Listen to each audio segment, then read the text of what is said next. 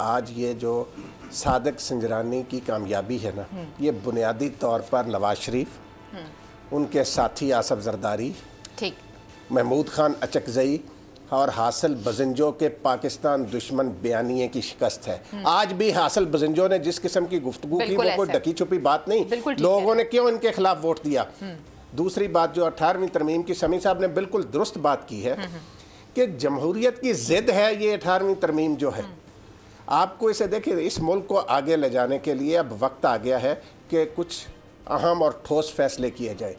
यहाँ पे मज़ीद सूबे भी बनने चाहिए, जहाँ पे जो असम्बलियाँ हैं उनको हकीकी मानों में वहाँ से जमहूरियत की अक्कासी होनी चाहिए। अरकान पार्लियामेंट खुलकर पार्टी पॉलिसी को एक तरफ रखते हुए खुलकर हर कौमी मसले पर बहस करें और फिर फैसले पार्लियामेंट, वो होता पार्लियामेंट का फैसला।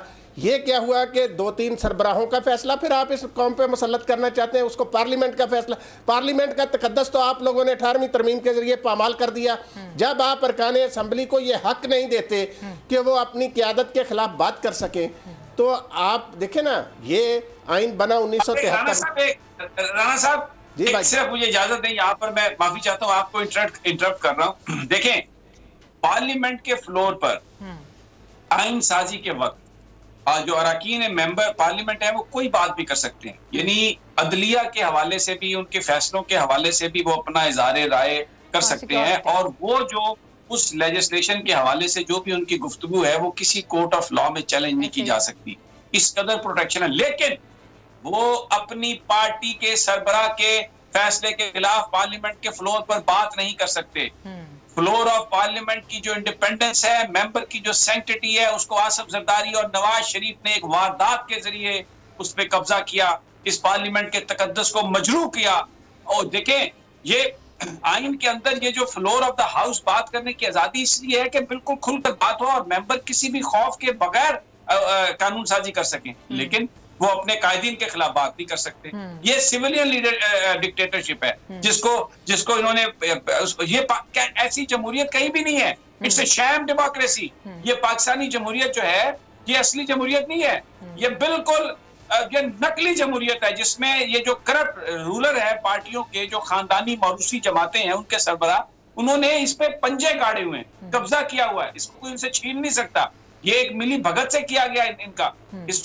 इसके लिए अदालतों को किरदार अदा करना पड़ेगा, इदारों को किरदार अदा करना पड़ेगा, सिविल सोसाइटी को किरदार अदा करना पड़ेगा कि सही डेमोक्रेसी अगर लेके आनी है तो अरकान असम्बली को अपनी राय का आजादाना उसका इजहार करने की इजाजत होनी चाहिए। हाँ, लेकिन इसके साथ साथ इसीलिए हम कहते हैं कि अगर असगर खान केस का फैसला हो जाता, अगर एजेंसियों ने जिन्होंने सियासत में मुदाखलत की, अगर वहां पर वो दुरानी को और असलम बेग को एक ऐसी मिसाली सजा दे दी जाती, तो फिर ये एजेंसियों की मुदाखलत का रास्ता भी बंद करना पड़ेगा आपको। जो पार्लियामेंट की आजादी है उसके लिए जरूरी है, ये बात हम एज ए पाकिस्तानी में कह रहा हूँ कि बिल्कुल एजेंसियों की मुदाखलत नहीं होनी चाहिए। उसके लिए अगर किसी ने माजी में कुछ किया है तो उसको ऐसी सजा मिलनी चाहिए कि वो मिसाल बना के पेश की जा सके और आइंदा किसी को ये करने की जुर्रत ना हो। ये दोनों चीजें लाज़िम और मलज़ूम है, उसके बगैर डेमोक्रेसी नहीं हो सकती। मुदाखलत भी आपको रोकनी है और अरकान असम्बली को, पार्लियामेंट को, सेनेट को आजादाना तौर पर राय का हक भी देना चाहिए। जैसे कि हमारे यहाँ पे फ्लोर क्रॉसिंग जैसी भी चीजें मौजूद हैं कि अगर वो करे तो क्या हालात होते हैं, मुख्तसर जवाब दीजिएगा। मेरी एक गुजारिश सुने, ये बड़ी बड़के लगाते हैं, आज भी वो बैठे थे, लगे हुए थे, आइन की बालादस्ती, आइन के तहत अदलिया की तज़हीक नहीं की जा सकती, बिल्कुल ऐसा है। फौज के खिलाफ तज़हीक में गुफ्तगू नहीं की जा सकती। तो ये अपोजिशन के जो लीडर ये कुछ कर रहे हैं, क्या वो आइन के खिलाफ वर्जी के आइन में इस हवाले से बहुत वाज़ेह भी है कि ऐसे लोगों के खिलाफ किस तरह की आपने कार्रवाई करनी है, तो उस हवाले से इनके खिलाफ कार्रवाई